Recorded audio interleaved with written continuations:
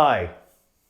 When I became a teacher, I wanted to share my love of reading and writing with young people.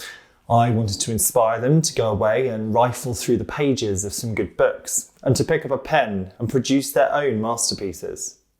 However, whilst we may all have degrees in our respective fields, teaching requires a different kind of knowledge because it's as much about the how we deliver as it is the what. Furthermore, with recent curriculum changes, even those of us who left education in the last decade might be surprised to find how much we don't know. Whilst we are in lockdown and many of us have more time on our hands, now is the perfect moment to really get to grips with our subject knowledge. I'm Mr. Hodge, this is Teaching in Action, and today I'm going to share 5 things you can do to better your subject knowledge. 1. Read, read, read. For English teachers, this is our bread and butter.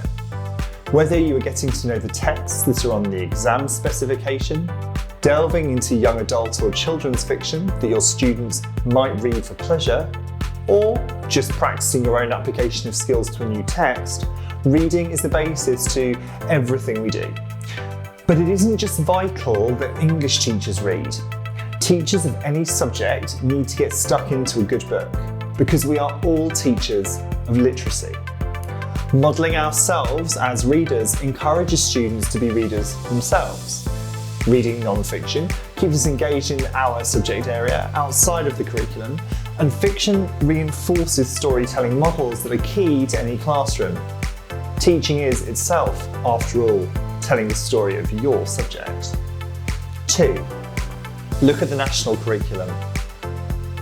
Reading the national curriculum is a really easy way to get an overview of your subject area and how it's divided over the phases of learning.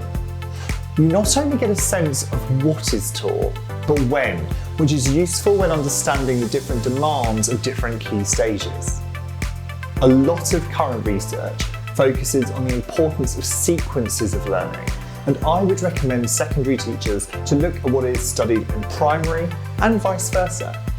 It gives a better sense to secondary teachers of the foundations they are building on, and for primary teachers, a clear goal for which they are aiming. For me as a secondary teacher, it was astonishing to see the high levels of challenge on the Key Stage 2 SATs and really made me up my game as a practitioner with the new Year 7s. 3.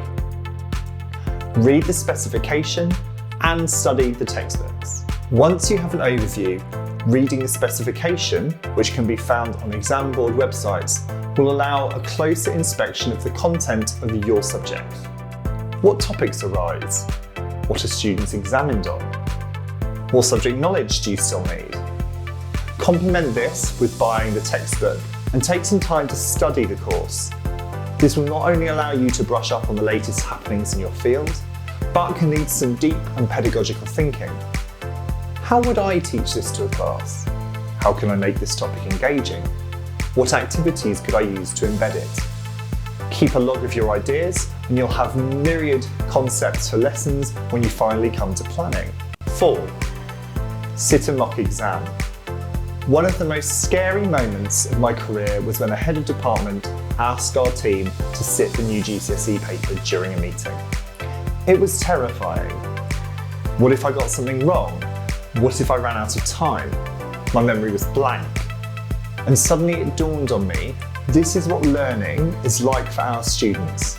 In fact, this was a great opportunity for me to experiment and find ways to identify the obstacles that students would face, allowing me to come up with solutions and guidance that would help them. Not just for the exam itself, mind, but in thinking about how I would teach these skills over time and ensure that students were fully prepared. If you're a Key Stage 5 teacher, you could do A-Level, Key Stage 4, GCSE, and Primary, Year 6 SATs. 5. Do some CPD. We are in the age of pedagogical renaissance, with more outstanding sharing of practice than ever before. CPD comes in all forms, whether the brilliant video offerings online or the many blogs written by subject experts, often free. If you have the allowances, there are also a plethora of books produced to inspire you. Choose carefully and research thoroughly before choosing. Ensure that they are the right fit for your stage in learning as a new educator.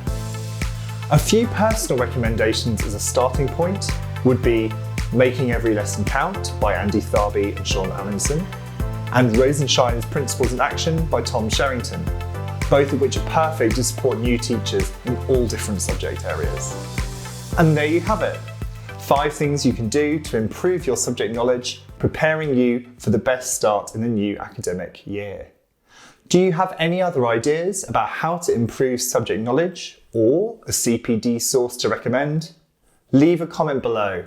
Please like and subscribe to this video, share the link on Twitter, and find me online here. Thanks for watching.